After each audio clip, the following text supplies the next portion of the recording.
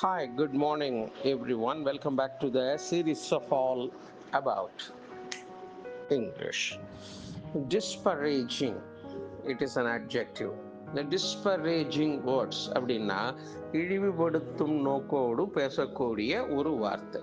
குறிப்பாக அரசியலமைப்பை பற்றி நகரம் சார்ந்த பொது விஷயத்தில் பொது விஷயத்தை இழிவுபடுத்தும் நோக்கோடு அரசியல் சார்ந்த ஒரு மட்டமான அவர்களை இழிவுபடுத்தும் நோக்கோடு கருத்து தெரிவிக்கிறத டிஸ்பரேஜிங் ஸ்டேட்மெண்ட் என்று சொல்லுவார்கள்.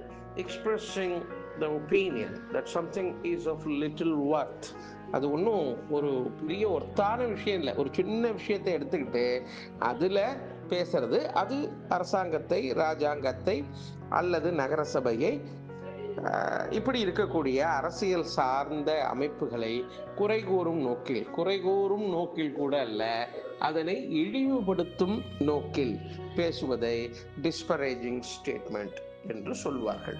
உதாரணமாக, டிஸ்பரேஜிங் ரிமார்க்ஸ் அபவுட் கவுன்சில் ஹவுசஸ், நகரசபை பற்றி இழிவுபடுத்தும் நோக்கோடு இழிவுபடுத்தக்கூடிய ஒரு ரிமார்க்ஸை, அதாவது ஒரு ஸ்டேட்மெண்ட்டை அவர் பேசுகிறாரு.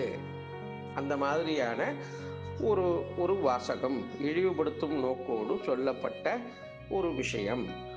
எதை பற்றி? கவுன்சில் ஹவுசஸ் பற்றி. கவுன்சில் ஹவுசஸ்னால் நகரசபை, municipality, government, any government bodies. Generally we may call it council houses.